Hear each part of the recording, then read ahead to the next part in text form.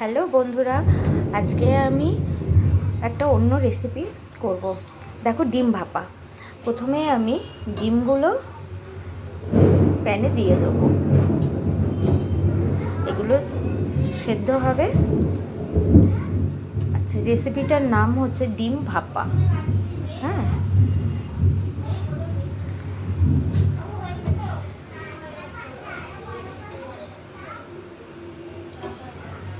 এবার গ্যাসটা অন করে দেবো।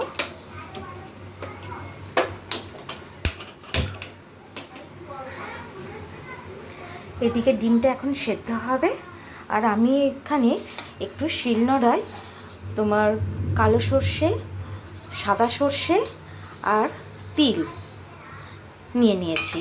এবার এটা একটু শিলনোড়ায় ভালো করে বেটে নেব, আর দুটো কাঁচা লঙ্কা দেব, আর সামান্য পরিমাণে নুন দেওয়া আছে।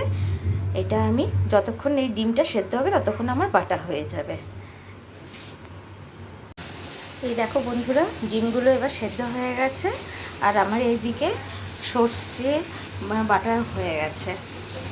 এবার আমি ডিমগুলো তুলে আলাদা জায়গায় একটু ডিমের খোলাগুলো ছাড়িয়ে নেব।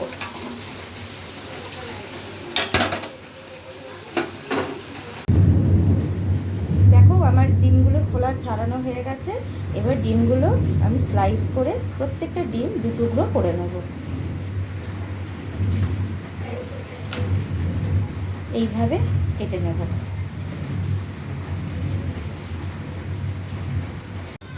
এবার ডিমগুলো আমি হালকা করে ভেজে নেব।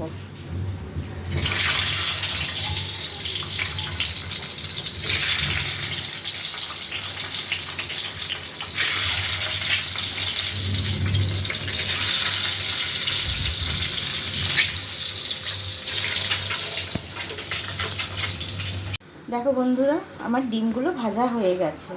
এবার আমি একটা টিফিন কৌটোয় এই সর্ষে বা সাদা সর্ষে, কালো সর্ষে আর তিল বাটাটা নেব।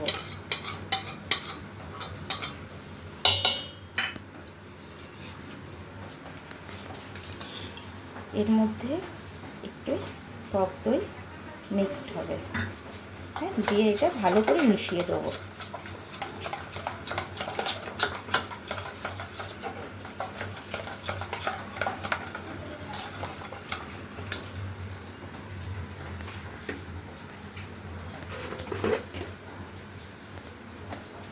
এর মধ্যে নুন দিয়ে দেবো পরিমাণ মতো।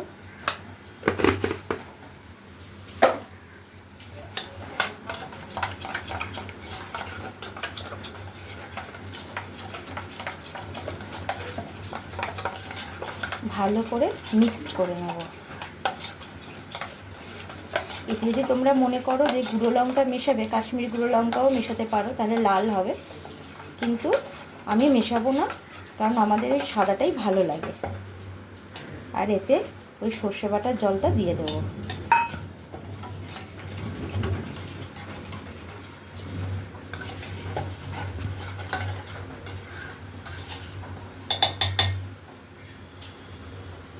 এর মধ্যে এবার ভেজে রাখা ডিমগুলো দিয়ে দেবো।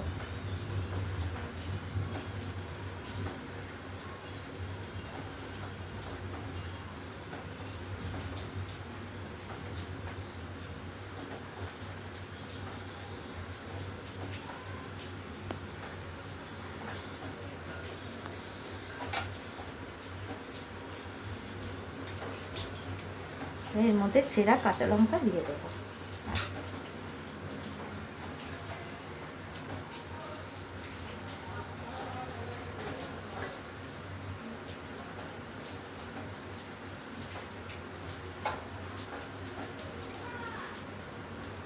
আর দিয়ে দেবো সর্ষের তেল। একটু সর্ষের তেলটা বেশি করেই দেব।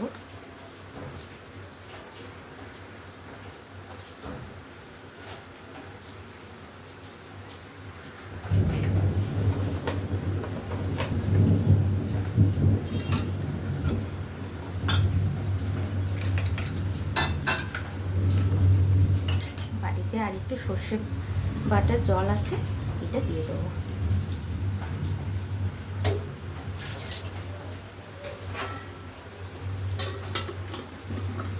ভালো করে চেপে আর কড়াই বসিয়ে দেবো।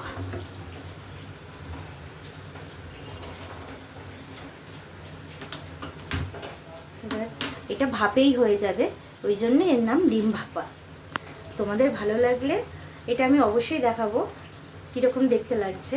তোমরা কিন্তু অবশ্যই আমার পেজটাতে ফলো করো, শেয়ার করো আর সাবস্ক্রাইব করো। Thank you. এই দেখো বন্ধুরা, আমার ডিম ভাপা হয়ে গেছে।